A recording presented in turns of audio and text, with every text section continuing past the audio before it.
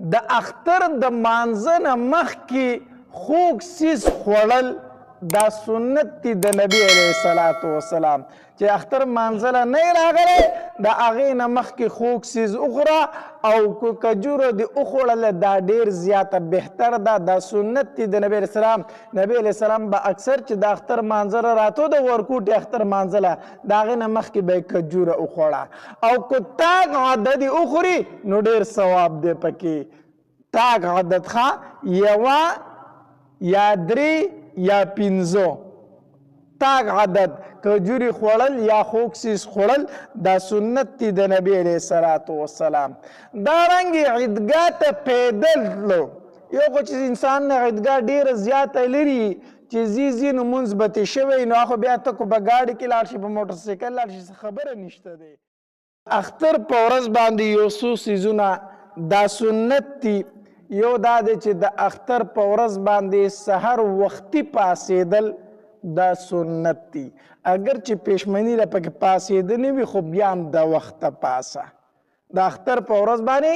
د وخته پاسېدل دا سنت طریقه ده د نبي علیه الصلاة والسلام. دویم ته اختر په ورځ باندې غسل کول دا سنت دی. غسل وکړه د اختر په ورځ باندې. دریم دا ده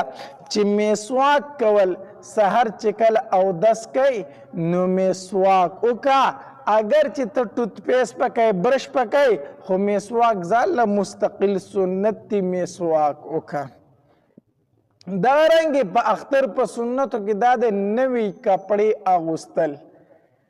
نوی کپړې ځان له کو دي جوړې کړي خو نوي کپړې واچوه او کو نوي دي جوړې کړي نو په زړو کپړو کې چې کومې صفا کپړې دي او نوي کپړې دي هغه ور واچوه. نو د اختر په ورځ باندې نوي کپړې اچول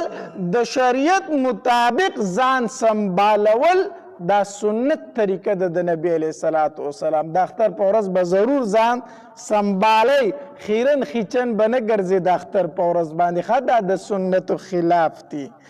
دارنګې د اختر په ورځ باندې خوشبو لګول دا سنت دی د نبی علیه الصلاة والسلام چې کومه ښکلې خوشبو در سره پرته ده د اختر په ورځ باندې دا ولګوه په دې کې ډېر زیات ثواب دی. دارنګې د اختر د مانځه نه مخکې خوږ څیز خوړل دا سنت دی د نبی علیه الصلاة والسلام چې اختر مانځله نه راغلی د هغې نه مخکې خوږ څیز وخوره او که کجوره دې وخوړله دا ډېر زیاته بهتر ده دا سنت دی د نبی علیه السلام. نبی علیه السلام به اکثر چې د اختر مانځله راته د ورکوټې اختر مانځله د هغې نه مخکې به یې کجوره وخوړه او که تاک عدد یې وخوري نو ډېر ثواب دی پکې. تاک عدد ښه یوه یا درې یا پنځو تاک عدد کجوري خوړل یا خوږ څیز خوړل دا سنت دی د نبی علیه الصلاة والسلام. دارنګې عیدګاه ته پیدل تلو یو خو چې انسان نه عیدګاه ډېره زیاته لري چې ځي نو مونځ به ترې شوی نو هغه بیا ته کو په ګاډي کې لاړ شي په موټرسایکل لاړ شي خبره نشته دی. خو که نږدې ده نو د ګاډي اسره مه کوه ښه چې پیدل ورته رسېدی شي نو بیا د ګاډي اسره مه کوه. عیدګاه ته پیدل تلل دا سنت دی د نبی علیه الصلاة والسلام. دارنګې د عیدګاه نه په واپسۍ کې لار بدلول چې په کومه لار باندې عیدګاه ته ورغلی یې هغه بدل که په بله لار ترې راوځه دا سنت دی د نبی علیه الصلاة والسلام. دارنګې چې کله عیدګاه ته ځې د مانځه دپاره نو په ښکته اواز باندې په کم اواز باندې تکبیر ویل الله اکبر الله اکبر لا اله الا الله والله اکبر الله اکبر ولله الحمد دا په پټه پټه باندې په کم اواز باندې ویل دا سنت دی د نبی علیه الصلاة والسلام. په لوی اختر کې خو به په لوړ اواز باندې وایي که نه په ورکوټي اختر کې په کوز اواز سره ویلو. دارنګې صدقه فطر د اختر د مانځه نه مخکې ورکول دا سنت دی د نبی علیه الصلاة والسلام. سرسایه چانی ورکړي نو د اختر د مانځه نه به دا مخکې ورکوي